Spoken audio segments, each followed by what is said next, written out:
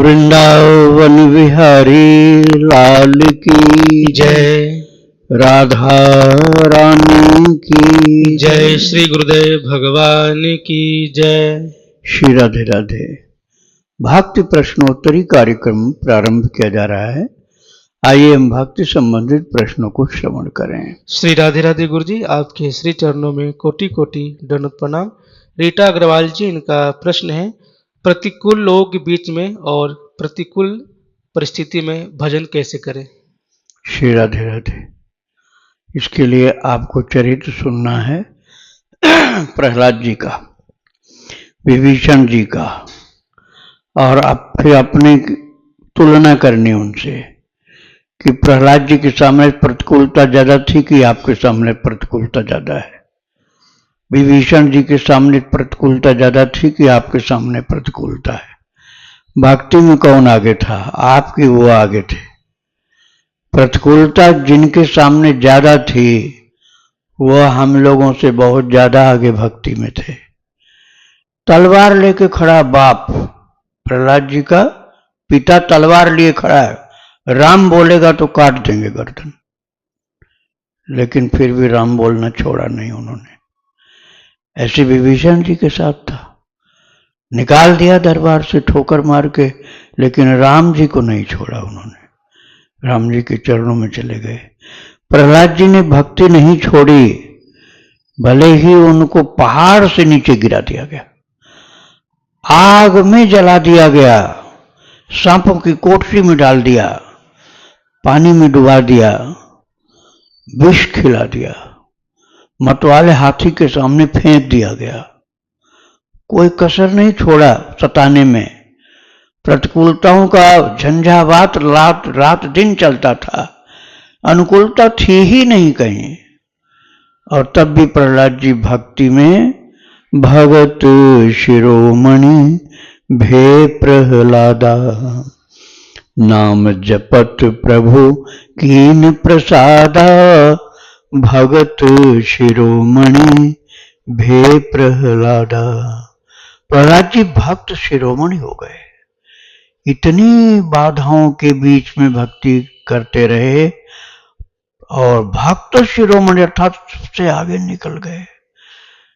गर्व होता था देवर्षि नारद जी को उनकी भक्ति पर, जबकि उन्हीं का शिष्य, देवर्षि नारद जी का है शिष्य प्रहलाद, लेकिन गुरुदेव को गर्व होता था कि धन्य है प्रहलाद, कोई तुम्हारे जैसा टिक नहीं सकता है, रात दिन प्राण लेने को तैयार ऐसे लोगों के बीच में रहते हुए भक्ति किया।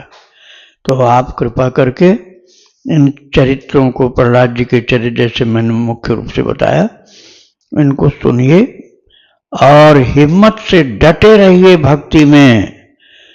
आप अपना विश्वास मजबूत करो, दृढ़ विश्वास करो, ठाकुर जी आपकी रक्षा करेंगे।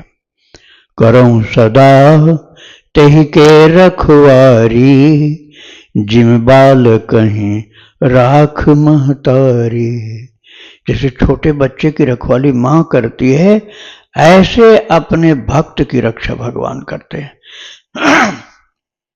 तो प्रहलाद जी के चरित्र के द्वारा हमें शिक्षा मिलती है कि हम एक निष्ठ दृढ़ प्रतिज्ञ, एकदम पक्का इरादा से भगवान के भक्ति में भगवान पर दृढ़ विश्वास करके लगे रहेंगे तो निश्चित ही प्रभु हमारी भक्ति की भी रखवाली करेंगे और हमारी भी रखवाली करेंगे। योगक्षेमं वहाम्यहम्, इसीलिए प्रभु कहते हैं गीता जी के 9वें अध्याय के 22वें श्लोक में कि मैं अपने भक्त का योग और क्षेम दोनों सिर पर सदा तैयार रखता हूं, वहन करता हूं। योग क्षेम अर्थात जो कुछ नहीं मिला वो सब मिला देता हूं, और जो मिला हुआ भक्ति का धन उसको कहीं भी बिगड़ने नहीं देता हूं, नष्ट नहीं होने देता हूं। प्रभु के वचन है, तो हमको उन पर विश्वास करना। रक्षसीत रक्षिष्यतीत विश्वासः, देवर्षि नारद पंचरात्र ग्रंथ में लिखते हैं कि तुम बस इतना विश्वास कर लो कि प्रभु तुम्हारी रक्षा करेंगे, तुम आगे बढ़ते चले जाओगे। तो आपको बस इतना ही करना है कि भगवान के ऊपर विश्वास कर लो और भक्ति में लग जाओ मेहनत के साथ। श्री राधे राधे। उषा पालीवाल जी उदयपुर से, इनका प्रश्न है, ब्रज की बहुत याद आए और आने की व्यवस्था न हो पाए तो फिर ब्रज से कैसे जुड़े, क्या करें? आप भक्तों का चरित्र सुनिए, ब्रज के भक्तों और भी अन्य भक्तों का भी चरित्र सुनिए और मानसिक धाम वास करो। कभी एक आध बार यदि आए हो वृंदावन में तो यहाँ की जो चीजें हैं जैसे निधिवन है, सेवा कुंज है, परिक्रमा है, यमुना मैया, गिरिराज, गोवर्धन, बरसाना, नंदगांव, गोकुल, इनमें से जो जो आपने दर्शन किया हो उनको रात में सोते समय आंख बंद करके याद करो और वही याद करते करते सो जाओ। पूरा धामवास हो जाएगा आपका, रात भर धामवास रहेगा। सुबह जगने पर फिर धाम महाराज को प्रणाम करो, प्रभु को प्रणाम करो, उनका नाम जप करो, उनके रूप का ध्यान करो। आपका घर बैठे धामवास होता रहेगा। जब तीव्र भक्ति आपकी प्रकट होगी अर्थात प्रेम प्रकट होगा तो बानक बना देंगे ठाकुर जी और आपको ले आएंगे अपने धाम में। आप निश्चिंत हो, बुलाएंगे वे आपको। राधे राधे। इनका दूसरा प्रश्न है, जब संसार के रिश्ते झूठे हैं, ठाकुर जी का ही रिश्ता एक सच्चा है, तो फिर संसार के बाकी रिश्ते दिए ही क्यों हैं? रिश्ता भगवान ने नहीं दिया, आपने बनाया। आपने बनाया रिश्ता, किसी को दोस्त बना लिया, किसी को दुश्मन बना लिया। ठाकुर जी थोड़े कहने आए थे तुम्हारा दुश्मन है। दोस्त भगवान है और बनाए तमाम दूसरे दूसरे दोस्त। तो रिश्ता तो आपने खुद बनाया है, भगवान ने थोड़े बनाया है। श्री राधे राधे। जीनू गर्गे जी हैं महाराज जी, इनका प्रश्न है, महाराज जी राधे नाम का क्या मतलब है? राधे का मतलब हुआ हे राधिका रानी, संबोधन है। संबोधन में जो विभक्तियां होती हैं ना, उसमें व्याकरण के अनुसार उसमें संबोधन जो विभक्ति होती है उसमें राधा शब्द का, राधा मतलब प्रेम का परिपूर्ण स्वरूप, वो आनंद का स्वरूप जिसको प्राप्त करके कृष्ण भी आनंदित होते हैं। अब उसको जब बुलाया जाएगा राधा, तो राधा नहीं राधे ऐसे बोलते हैं। जैसे सीता को सीते बोलेंगे, हरि को हरे बोलेंगे, ऐसे ही राधा को राधे बोलते हैं, अर्थात पुकार लगाई जा रही। श्री राधे राधे। महाराज जी अपने अंदर मन में ही भगवान को कैसे पहचाने? पहचाना नहीं जाता, विश्वास किया जाता है। पहचान पाओगे? तुम्हारे सामने कुछ गंदा सा स्वरूप धारण करके आएंगे, कोई नहीं पहचान सकता और ठगे जाओगे। कहो ना भगवान तो मानेंगे नहीं, मत मानो, घाटा तुम्हारा है।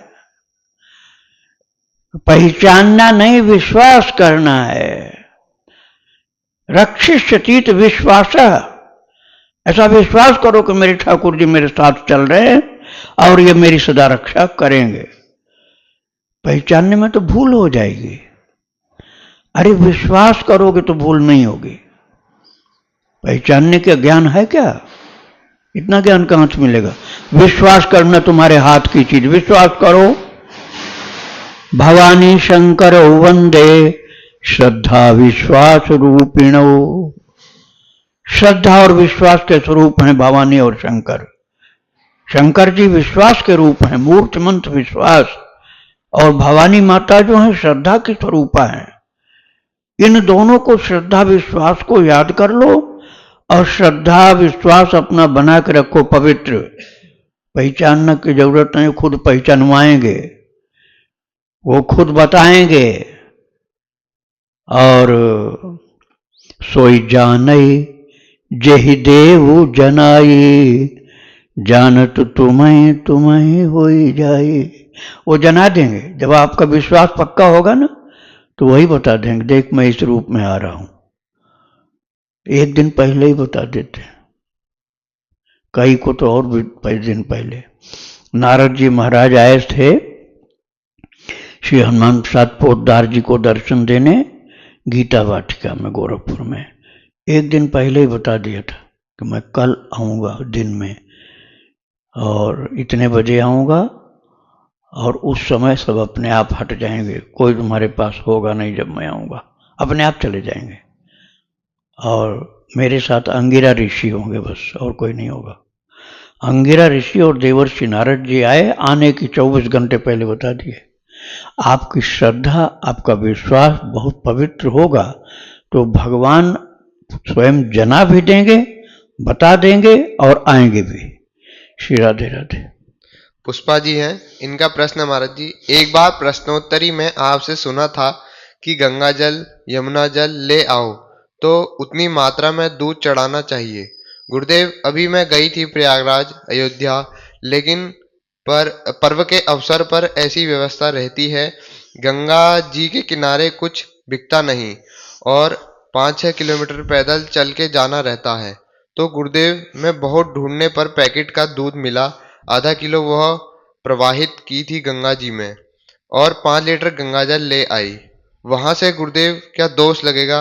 वैसे मैं भगवान को लहना के फिर चनामृत ले लेती हूँ, इसलिए क्या करें? और सरयू जी मैं भी थोड़ा सा दूध वहां देकर चढ़ा के और वहां से भी ले आई। सही किया आपने। आप माँ के चरणों का प्रसाद लाए हैं। गंगा मैया, सरयू मैया, यमुना मैया, ये माता हैं, हम लोग उनके बच्चे हैं। अब उनसे तो प्रसाद हमें मांग के लेना ही है। दूध चढ़ाना जरूरी होता है, लेकिन चलो आप उतना नहीं चढ़ा पाए, कुछ तो चढ़ाए। अब जो आप ले आए हैं वहां से, उसको भगवान की सेवा में लगा रहे हैं, उस जल को भगवान की सेवा में लगा रहे हैं ना, स्नान कर रहे हैं ठाकुर जी को, तो वो चरणामृत हो गया। तो चरणामृत तो आप लेने के अधिकारी हैं ही, क्योंकि ठाकुर जी के चरणाश्रित हैं आप, इसलिए चरणामृत आपको लेना है। और उस समय जो दूध मिल गया वो आपने चढ़ा दिया, ठीक है। श्री राधे राधे। अर्चना जी हैं, इनका प्रश्न है, 2 महीने से भक्ति आश्रम देख रही हैं, जीवन की सच्चाई का पता तो 2 महीने से चला है, ऐसे आदर्श गुरु तक श्री नीम करौली बाबा की वजह से पता चल पाया है। आज सुबह सपने में देखा एक जगह भागवत कथा होने वाली है, वहां पे लड्डू गोपाल को बहुत बड़ी पुष्पमाला पहना रही हूं मैं। तब तक मेरी आंख खुल गई। गुरुदेव, सबकी सेवा के, लेकिन सबने मुझे काम निकालने के बाद दूध कर दिया। मेरी माँ के कैंसर में बहुत सेवा करी, लेकिन वो भी मुझे मरने के पहले तक धोखा देते रहे। अब सौतेला पिता जिसके सेवा कर रही हूँ परेशान करते हैं, लेकिन नीम करौली बाबा ने हमेशा संभाला है। वो हमेशा मेरे लिए एक पिता की तरह आगे आकर हमें संभालते हैं। हनुमान जी ने कृपा नहीं की होती तो आज हम लोग मेरे जीवन समाप्त कर देते। गुरुदेव, क्या करें? श्री राधे राधे। मानस में तुलसीदास जी महाराज ने लिखा है कि संसार में 2 ही ऐसे होते हैं जो बिना स्वार्थ के उपकारी होते हैं, और सब स्वार्थी होते हैं। हेतु रहित जग जुग उपकारी, तुम्हार सेवक असुरारी। हे प्रभु, दुनिया में 2 ही होते हैं बिना स्वार्थ के प्रेम करने वाले, एक तो आप हैं, और आपके जो सच्चे भक्त होते हैं वो निस्वार्थ उपकारी होते हैं। तो नीम करौली बाबा एक महान भक्त संत थे, तो उनके कृपा करुणा तो बरसती रहती है, और भगवान के तो हम सब लोग बच्चे हैं ही, भगवान भी कृपा करते हैं। और जो आपने कहा ना कि संसार में धोखा दिया लोगों ने, तो होता ही है, संसार का स्वरूप ही यही है। उस पर भी भरोसा, आशा, विश्वास नहीं करना चाहिए, भगवान पर करना चाहिए। भगवान ने खुद कहा है, अनित्यम असुखम लोकम इमं प्राप्य भजस्व माम। भगवान ने कहा है गीता जी के 9वें अध्याय में, अनित्यम, ये संसार अनित्य है, अर्थात नित्य नहीं है, सदा एक जैसा रहेगा नहीं, नष्ट होता जाएगा। अनित्यम असुखम, इसमें सुख नहीं है। दुखालयम अशाश्वतम, दुखी दुख है, भासता है सुख लेकिन आगे दुख मिलता है। अनित्यम असुखम लोकम इमं प्राप्य भजस्व माम। अर्जुन बस इसमें फायदा इतना ही है कि इस मनुष्य शरीर के द्वारा तुम भक्ति कर सकते हो, लेकिन संसार में फंसने पर घाटा ही घाटा है। संसार में शरीर को तो रखना पड़ेगा क्योंकि ये भी संसार से ही बना है शरीर, लेकिन तुम तो मेरे भक्त हो, तुमको संसार में नहीं फंसना है। भगवान ने कहा न विभीषण जी के शरणागत के प्रसंग में, जननी जनक बंधु सुत दारा तन धन भवन सुहृद परिवारा सब कहे ममता ताग बटोरी मम पद मनहि बांधो भरी डोरी।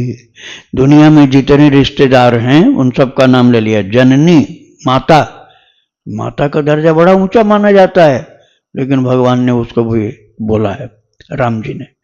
जननी अर्थात माता, जनक अर्थात पिता। जननी जनक बंधु सुत दारा, भाई बंधु पत्नी, सब कहे ममता ताग बटोरी।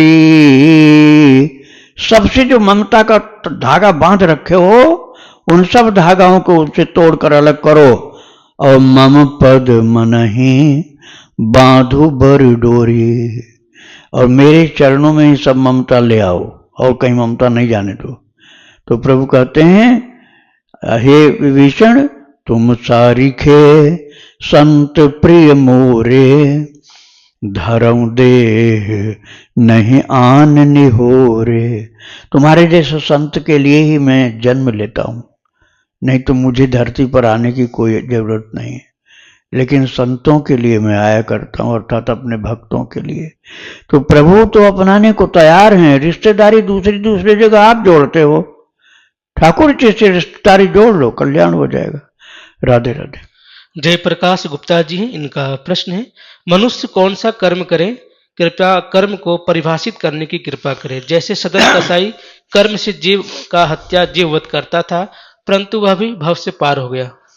भाव से कब पार हुआ यह नहीं याद आपको आया? हत्या वाली बात तो याद है आपको, लेकिन सदन कसाई कब भाव से पार हुआ? शालिग्राम जी उनको मिले और शालिग्राम जी से मांस तोलता था।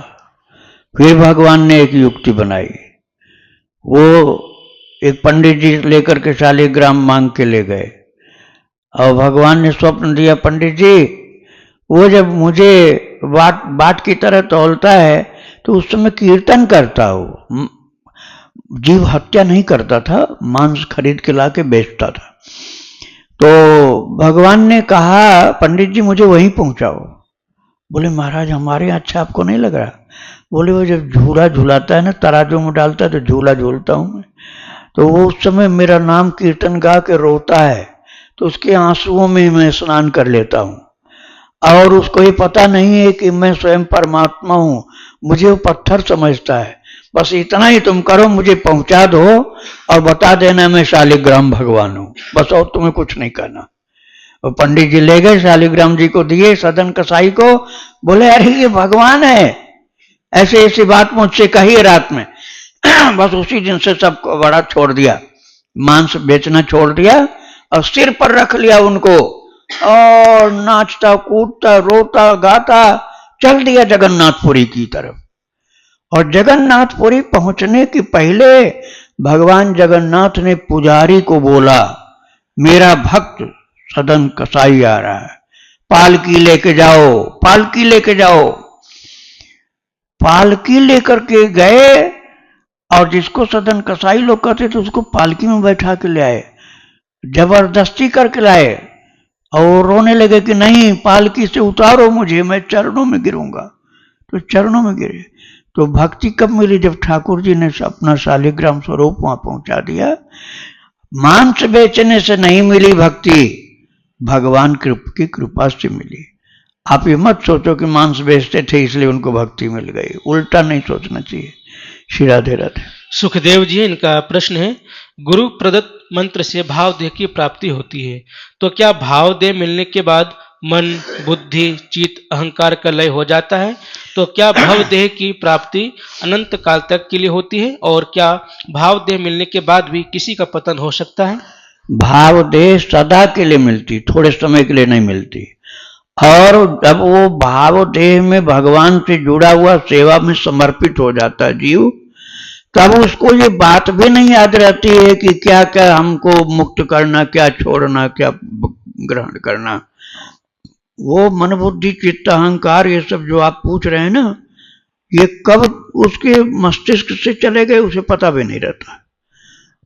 वो तो प्रभु की सेवा में समर्पित केवल रह करके भाव देह, अपने देह का भी नहीं याद रहता, भाव देह में ही रहता है, अपने देह का भी नहीं याद रहता, उसके शरीर को भी भगवान संभालते हैं। श्री राधे राधे। प्रश्न है गुरु जी, गुरुदेव मैं बहुत कर्ज में हूँ, जीवन में बहुत अशांति है, कोई रास्ता नहीं दिखाई दे रहा है। मैं विजय मंत्र श्री राम जय राम जय राम का दीक्षा नाम जप करता हूँ, परंतु गुरु दीक्षा अभी नहीं हुई है। मुझे रोज कितना नाम जप करना चाहिए विजय मंत्र का, कि जिससे जीवन में मंगल हो सके और मैं एक खुशहाल जीवन जी सकूं और कर्ज से मुक्ति पा सकूं? कर्ज से मुक्ति के लिए गजेंद्र मोक्ष स्तोत्र का पाठ करो। गजेंद्र मदन मोहन मालवीय जी ने बात बताई थी। महान भक्त मदन मोहन मालवीय जी ने ये बताया था, खुद अनुभव किया था, खुद एक्सपेरिमेंट किया था और खुद उसका लाभ उठाया था। और उन्होंने कहा है कि जिसको कर्ज लदा हुआ सिर पर, सुबह ब्रह्म मुहूर्त में 11 पाठ गजेंद्र मोक्ष का करना चाहिए। गजेंद्र मोक्ष स्तुति भागवत जी के 8वें स्कंद के प्रारंभ में ही है। अलग से भी वो पुस्तक रूप में पतली सी पुस्तक हनुमान चालीसा के बराबर की है, गीता प्रेस से मिलती है, गजेंद्र मोक्ष स्तुति। और आप भागवत से चाहें तो 8वें स्कंद प्रारंभ में मिल जाएगा। तो वो ब्रह्म मुहूर्त में 11 पाठ यदि करें भगवान के सम्मुख बैठ के, तो कर्ज से मुक्ति हो मिल जाती है। श्री राधे राधे। गुरु जी राधे राधे। राधे राधे। खूब मंत्र जपते हैं और ये स्वाध्याय भी करते हैं, सब करते हैं, पर मन में शांति नहीं होती। मन में शांति नहीं ना, तो मन के चक्कर में मत पड़ो, तुम केवल अपना काम किए जाओ। ठीक है, अब ये रख दो, माइक रखो, मैं बताता हूँ।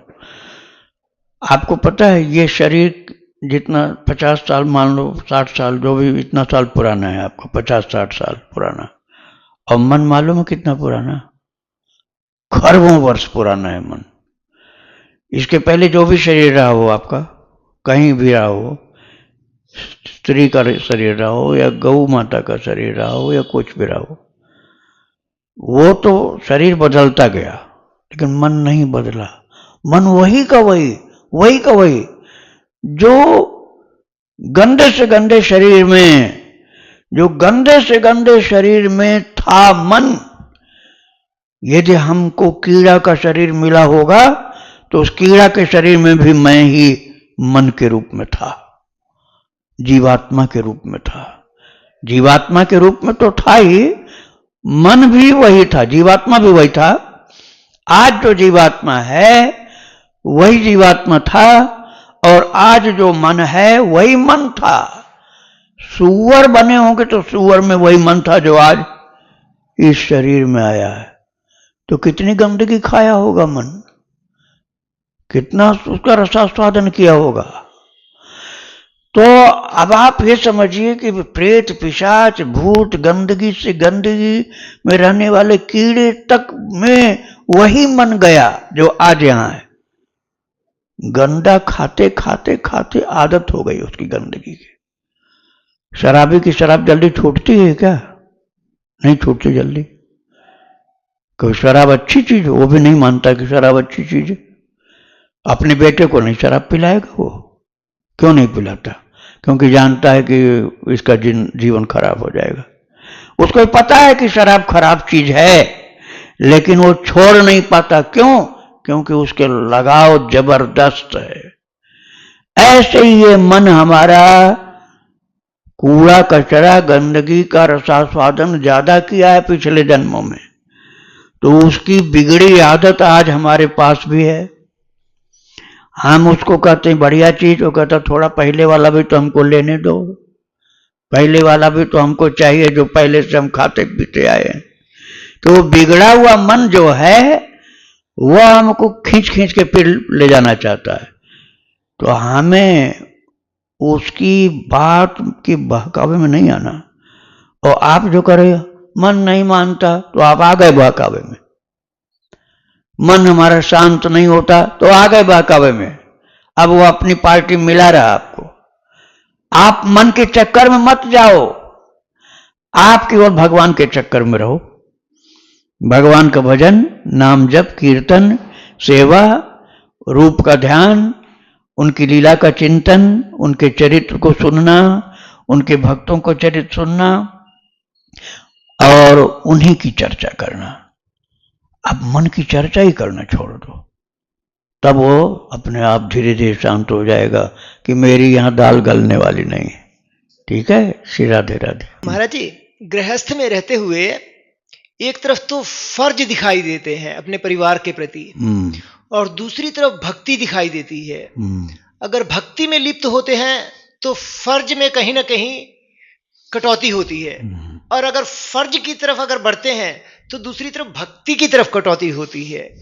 तो गृहस्थ में रहते हुए एक व्यक्ति का क्या? अब आपको सुनना होगा अम्बरीश जी का चरित्र, भक्त अम्बरीश जी का चरित्र आपको सुनना होगा।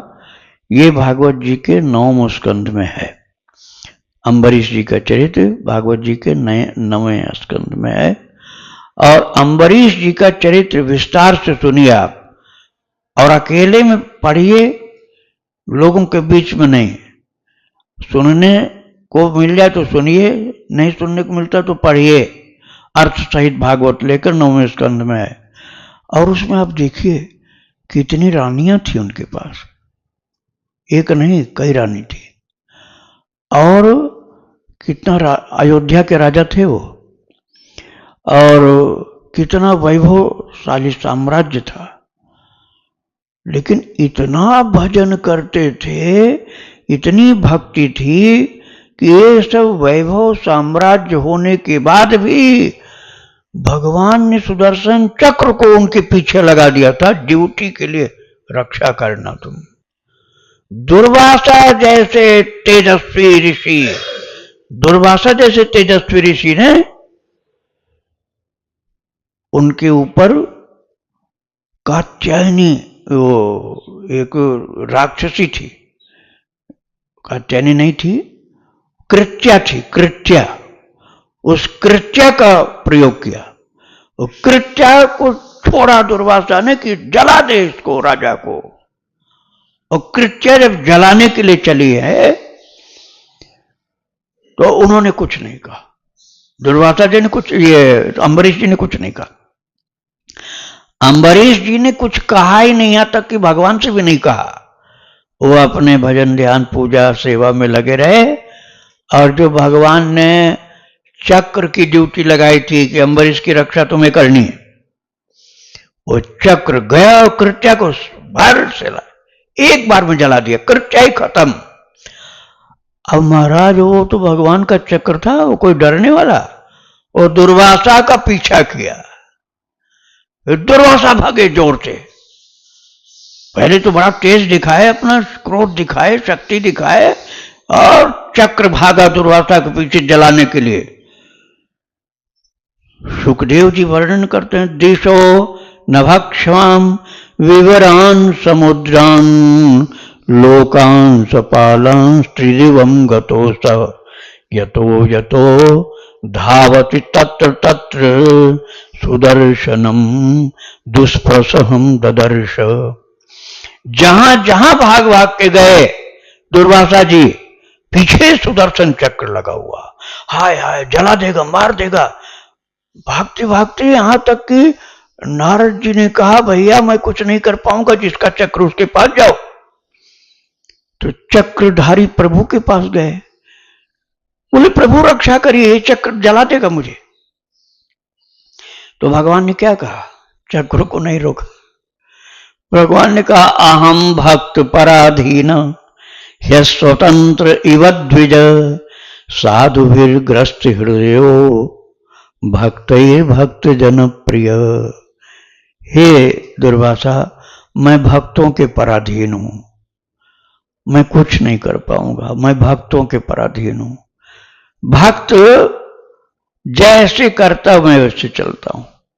तो महाराज चक्र तो आपका है। बोले अब वो मेरे काम में नहीं रहता, अब वो रहता अम्बरीश जी की सेवा में।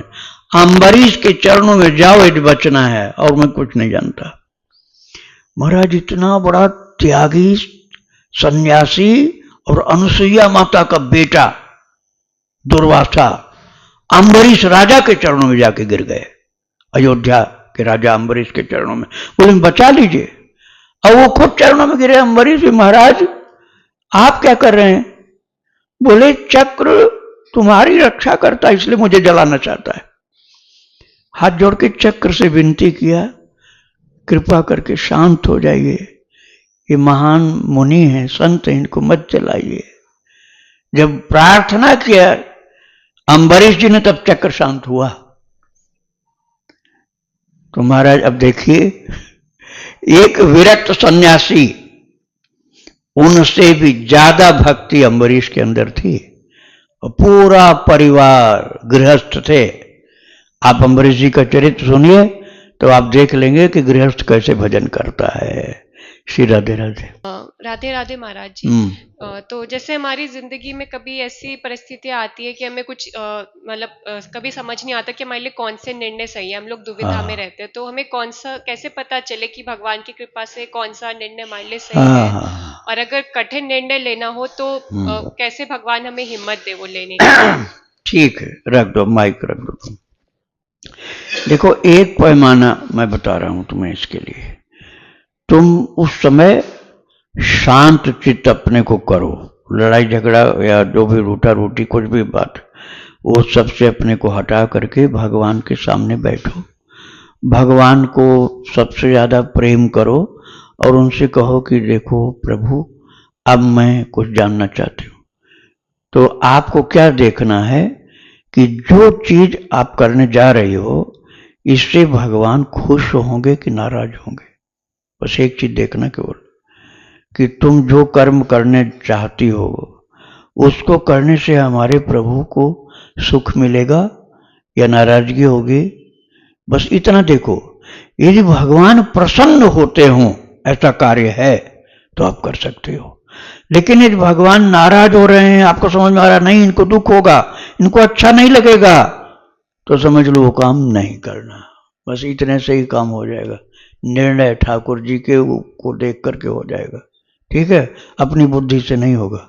बस ये हमारे प्यारे प्रियतम को अच्छा लगेगा कि खराब लगेगा, इसी मैटर को देखना तुम्हें, और संसार को उस समय नहीं देखना। हमारे प्रभु को, हमारे प्यारे प्रभु को अच्छा लगेगा कि नहीं अच्छा लगेगा। ये दोनों को अच्छा लगता है तो ठीक है। श्री राधे राधे। जी, इन्हीं का प्रश्न से जो जी जिससे आपने बताया कि ठाकुर जी को सामने देख करके, तो गुरु जी ये कैसे मतलब पता चलेगा हमें ठाकुर जी का ये निर्णय है, इसलिए खुश होंगे? ये पता चल जाएगा यदि भक्ति करते होंगे तो। यदि भक्ति करते होंगे तो ये तुरंत पता चल जाएगा कि हमारे ठाकुर जी को अच्छा लगेगा कि खराब लगेगा। अरे आप अपने घर की पति पत्नी को जानते हो कि हम ये करने जा रहे हैं तो उसको अच्छा लगेगा खराब लगेगा। एक मनुष्य है वो, आप जानते हो कि उसके साथ हम ऐसा व्यवहार करेंगे तो उसको अच्छा लगेगा कि बुरा लगेगा। ऐसे ही भगवान तो वीकनेस वाले नहीं है ना, वो तो सर्वगुण संपन्न परम पवित्र हैं, परम निर्मल हैं। तो वो तो सबके बराबर अपने हैं, किसी के लिए पराये नहीं। इस बात को ध्यान देते हुए देखो कि हम जो करने जा रहे हैं इनको अच्छा लगता है तो हमारे समझ में आ जाएगा अच्छा लगेगा, और नहीं हमारे कन्हैया को अच्छा नहीं लगेगा। यदि हम ऐसा करेंगे तो हमारे कन्हैया को अच्छा नहीं लगेगा, बस उसी से निर्णय हो जाएगा। श्री राधे राधे। महाराज जी के श्री चरणों में कोट कोट प्रणाम। श्री राधे राधे। महाराज जी बस इतना सा पूछना है कि गुरु मंत्र की संख्या ज्यादा होनी चाहिए या राधा राधा की, क्योंकि गुरु मंत्र तो बिना आसन के नहीं है, राधा तो कर सकते हैं। गुरु मंत्र को यदि गुरुदेव ने बताया है कि इतनी माला करनी है तो उतनी माला जरूर करनी चाहिए। और यदि गुरुदेव आपके शरीर से नहीं विराजमान हैं तो फिर आपको जिसमें प्रियता ज्यादा हो, मतलब प्रेम जिसमें हो, मंत्र में या नाम में प्रेम जिसमें ज्यादा है उसको आपको ज्यादा जपना है। और आपको यदि प्रेम नहीं है तो कम से कम एक माला गुरु मंत्र की जरूर जपनी चाहिए। उसके बाद आप राधा राधा या कोई भी नाम प्रभु का आप जप सकते हैं। और यदि मंत्र में प्रेम है तो बस केवल गुरु प्रदत्त मंत्र ही जपते जाओ और कुछ जपने की जरूरत ही नहीं है। श्री राधे राधे। पूछना है और किसी को? श्री राधे राधे।